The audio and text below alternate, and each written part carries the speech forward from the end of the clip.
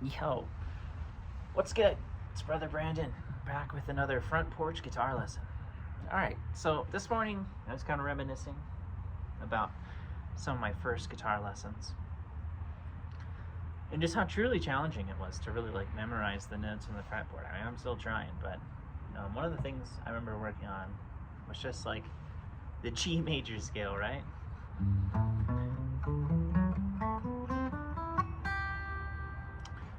And I meant to flood that note. No extra charge for mistakes. And when I'm kind of playing, especially with the pick, I'm trying to see how light I can play. And I'm not really trying to play in time or like with any kind of rush or intention or really anything. I'm just kind of letting the notes sound. I'm more focused on my picking and what note am I playing, like G, F sharp, E, G, C, B, A, G, F sharp, E, D, C. I can't sing that low. G, right? And I think it is important to sing it. And man, it's early. It's like 9 or 10 o'clock over here, out in Colorado, and thousands of feet up here. And I'm still trying to sing it, And yeah, I think, another thing you want to think about is like all the kind of possible ways that you could play it, right? Like if that was free time, then maybe we just do quarter notes, like 1, 2, 3, 4.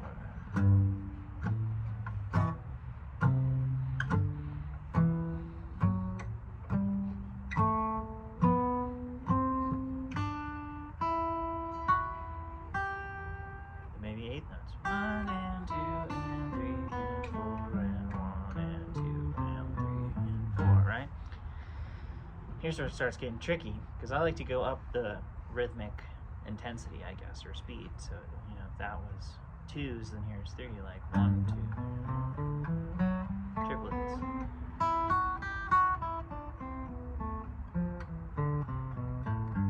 Do it again, because I messed up, because I was looking at a squirrel.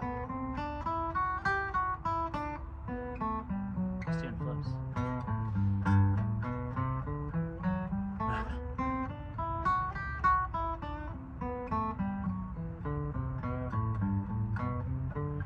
Yeah, I mean, this is kind of the thing that, like, if I mess up on one, you can see. I was like, oh man, I could do it again.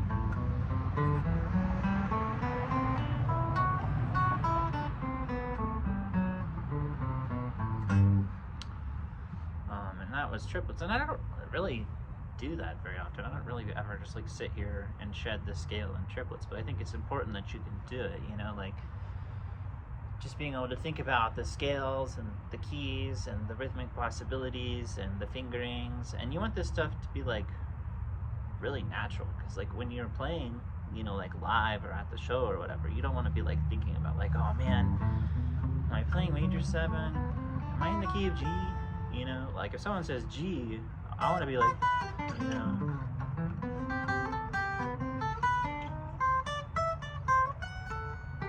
don't think I'm really thinking about anything there other than just G, you know what I mean? I think that's pretty cool. So yeah, like think about that, because whenever you're playing, you want to be free, but you also want to like know what the possible choices are, like what the good ideas are. So think about that, because I think that's pretty important whenever you're playing, is to like, when you're practicing, you want to practice with intent, and you want to be thoughtful, and you want to have like some skill and some intention going on. But when you're playing, it's supposed to be fun, you're supposed to be exploring and stuff like that. So think about that. Another thing I remember laughing about was like kind of just really realizing how much work it was going to be to like kind of get that stuff kind of down. It was like, man, to play the scale in 5s, or to like, do all the possible just ways to play G just right here, you know what I mean? Like, I think the way I like to think about guitar is kind of more like, what finger am I using? Here I'm playing with my middle finger, right? Well, what if you played it with your first finger? This is maybe a little bit more classical approach, but we're here. So you gotta work on this one thing.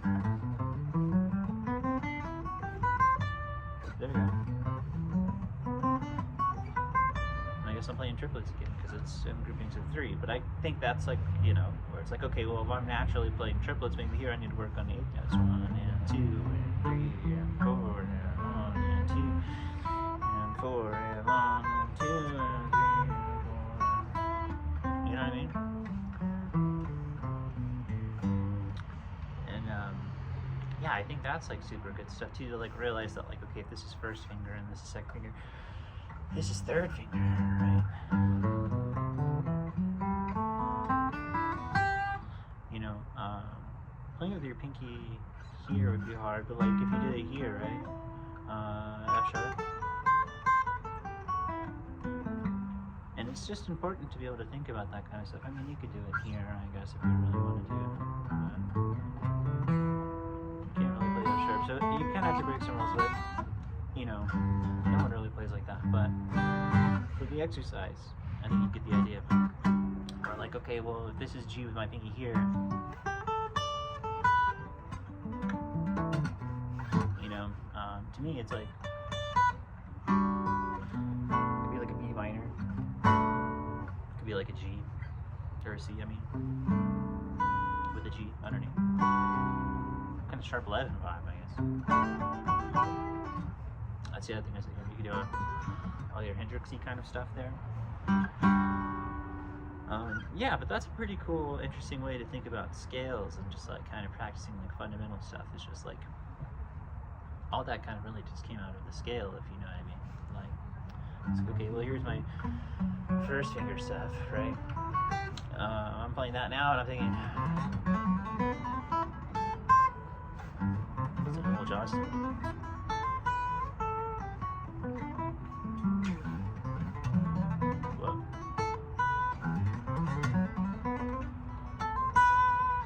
Pretty cool. It's just kind of like playing this 3-note grouping, right? But I'm doing it like 1, 2, 3, 4, 5, 1, 2, 3, 4, 5, 1, 2, 3, 4, 5, 1, 2, 3, 4, 5. Yeah. 1, 2, 3, 4, 5. It's like a 3 and then it's a 2. 1, 2, 3, 1, 2, 1, 2, 3, 1, 2, 1, 2, 3, 1, 2. 1, 2, 3, 1, 2. Maybe I sound better. Whatever you want, really. But yeah, that's kind of a cool one. And that, you know, this will probably be the last thing I talk about, just to keep this video moderately short and not like information vomit. Okay. But yeah, if that's like you playing in groupings of 5, you know, like you could come up with groupings of 4, right? Like one of my favorite ones is just the arpeggio, but like it's a cool little cell to have, you know. To me, I'm just thinking 1, 2, 3, 4, 1, 2, 3, 4, 1, 2, 3, 4, right? You could do a 1, 2, 3, 4, 1, 2, 3, 4, 1, 2, 3, 4, right? That's 1, 1, 2, 3, 4, 5, 1, 2, 3, 5, 1, 2, 3, 5. Do, re, mi, sol. I'm talking about the scale, right? G, A, B, D. What if we did like 1, 2, 3, 5, arpeggio, 1, 2, 3, 5, so, or like arpeggio, 1, 2, 3, 5, arpeggio, arpeggio, 1, 2, 3, 5, arpeggio, 1, 2, 3, 5, arpeggio, 1, 2, 3, 5, arpeggio. You know what I mean?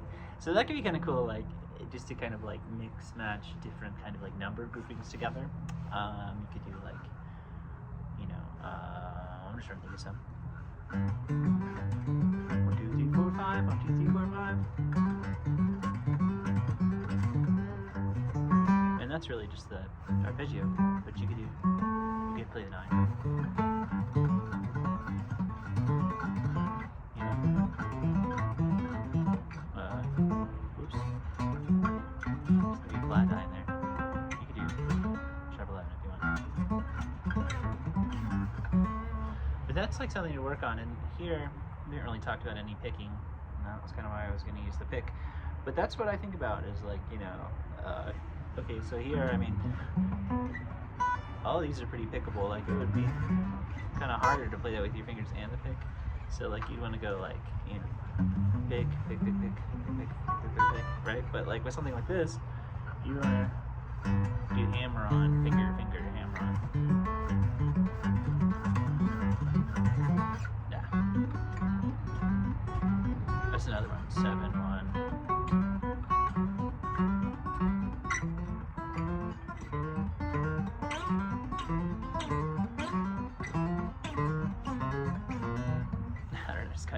steps, right?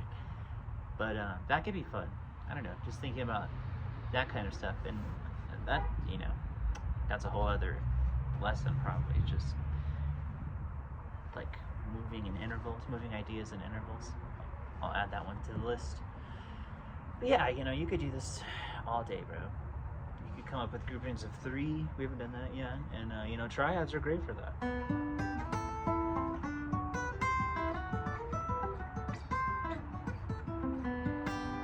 You know?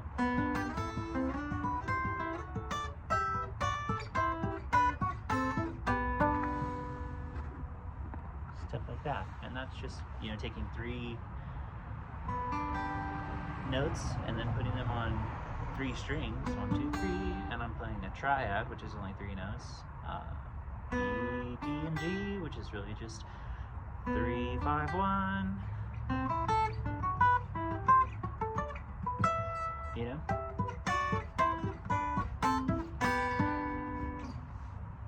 So yeah, hopefully that was a good little like 10-minute warm-up for you. I know we're at like 12 minutes, but yeah, thank you for watching. Like and subscribe. Hopefully you learned some stuff. Little front porch guitar lessons. I'm gonna chop this up into shorts, so hopefully you guys watch it. But yeah, like and subscribe.